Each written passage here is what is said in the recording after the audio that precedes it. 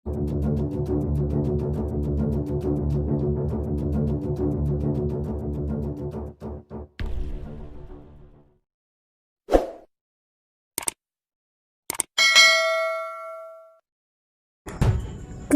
sial, Kamboja terjebak di tengah bentrokan Amerika Serikat dan China di LCS.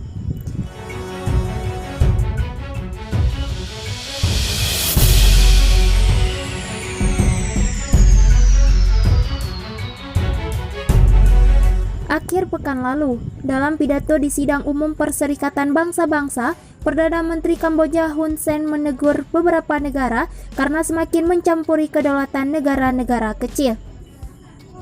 Sebagai negara kecil yang cinta damai dan berkomitmen pada prinsip-prinsip demokrasi, Kamboja dapat memainkan perannya dalam komunitas internasional hanya jika dipastikan bahwa aturan yang mengatur sistem internasional diterapkan secara adil, katanya, dikutip dari South China Morning Post, Minggu 4 Agustus 2020.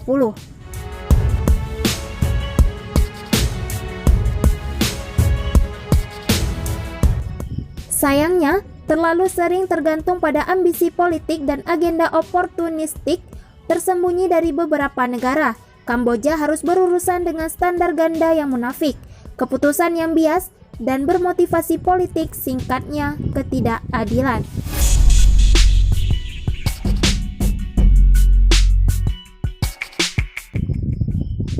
Hanya beberapa hari sebelum pidato, Departemen Keuangan Amerika Serikat mengeluarkan sanksi terhadap perusahaan China Union Development Group yang mengembangkan zona pariwisata Dara Sakor di Kamboja sebagai bagian dari Belt and Road Initiative. Sanksi tersebut dijatuhkan berdasarkan Global Magnitsky Act, Undang-Undang Domestik Amerika yang memberi wewenang kepada Presiden Amerika Serikat untuk memberikan sanksi, memblokir dan menyita aset yang diduga sebagai pelanggar hak asasi manusia.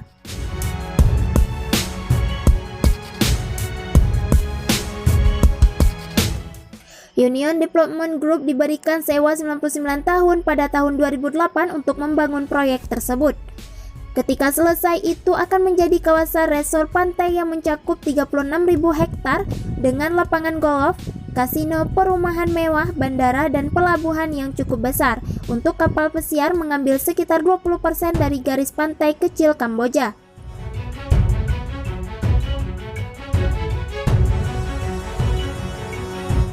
Amerika Serikat menuduh perusahaan itu salah merebut tanah Kamboja, menghancurkan tanah nasional Bentum Sakor di mana tanah itu berada dan menjadi fort bagi China untuk memajukan ambisi untuk memproyeksikan kekuatan secara global.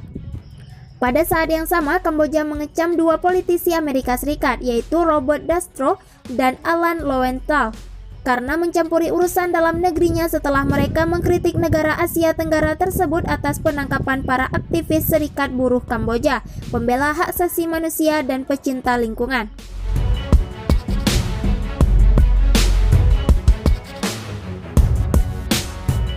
Sanksi terhadap Union Development Group melarang warga negara atau perusahaan Amerika Serikat melakukan bisnis dengan perusahaan, sementara hubungan apapun dengan perusahaan di Amerika Serikat juga harus dilaporkan. Masalah utama yang diangkat dalam sanksi tersebut terkait dengan kekhawatiran Amerika Serikat atas prospek pangkalan militer Cina yang sedang dibangun di Dara Sakor.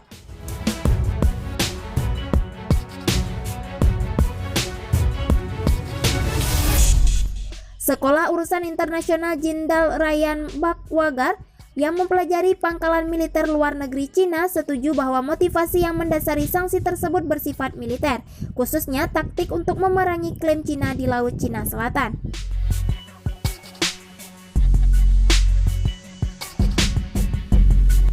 Amerika Serikat telah menantang klaim Cina di Laut Cina Selatan, menyebut mereka sepenuhnya melanggar hukum, dan sanksi Kamboja terkait dengan peringatan Menteri Luar Negeri Amerika Serikat Mike Pompeo tahun lalu bahwa proyek sabuk dan jalan digunakan oleh Cina untuk mengamankan negara elemen keamanan nasional di berbagai negara.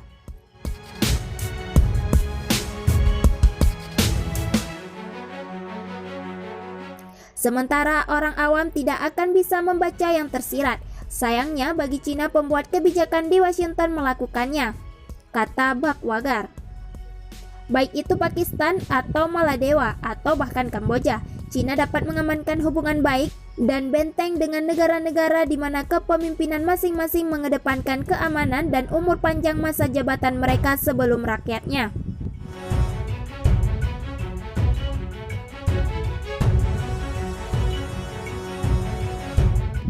Bakwagar mengatakan Cina cenderung menemukan aliansi militer dengan negara-negara rentan dengan otoritas politik yang dipertanyakan atas rakyatnya.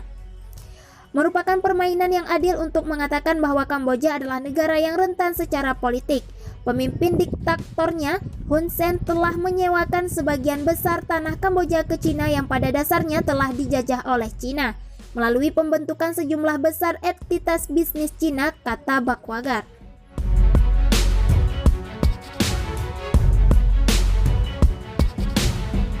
Namun, negara-negara yang terjebak di antara dua kekuatan yang bersaing itu mulai menentang keharusan memihak.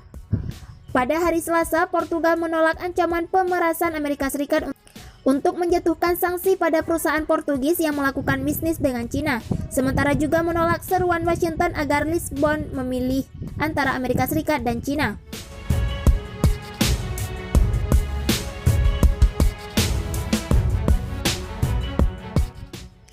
Kamboja, seperti yang ditunjukkan dalam pidato Hun Sen, juga menolak kendali Amerika Serikat, menyangkal Cina memiliki rencana untuk membangun pangkalan militer di Kamboja, khususnya pangkalan udara militer di Bandara Baru Dara Sakor.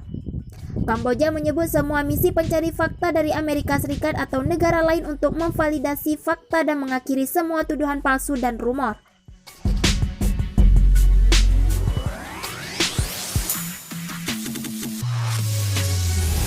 Di tengah banyak negara atas klaimnya terhadap Laut Cina Selatan rupanya tak membuat Cina gentar.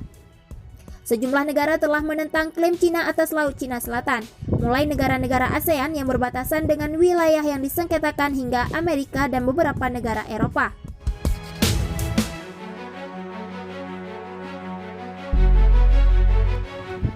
Beberapa waktu lalu, Prancis, Inggris, Jerman telah menyerahkan nota verbal bersama ke PBB, menantang legalitas klaim maritim Cina yang luas di Laut Cina Selatan. Sementara itu, kekuatan militer Cina kian berlipat ganda memicu kekhawatiran.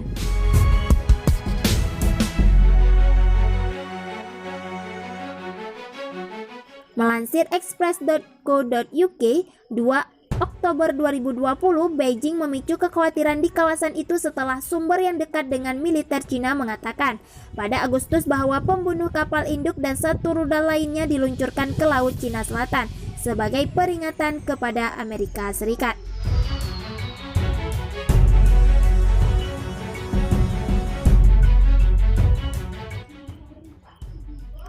Salah satu rudal DF-26B diluncurkan dari Provinsi Barat Laut Qinghai, sementara yang lain DF-21D lepas landas dari Zhejiang, sebuah provinsi di timur negara itu. Langkah tersebut mewakili peningkatan drastis dalam kebuntuan yang sudah rapuh antara dua kekuatan nuklir terbesar di dunia.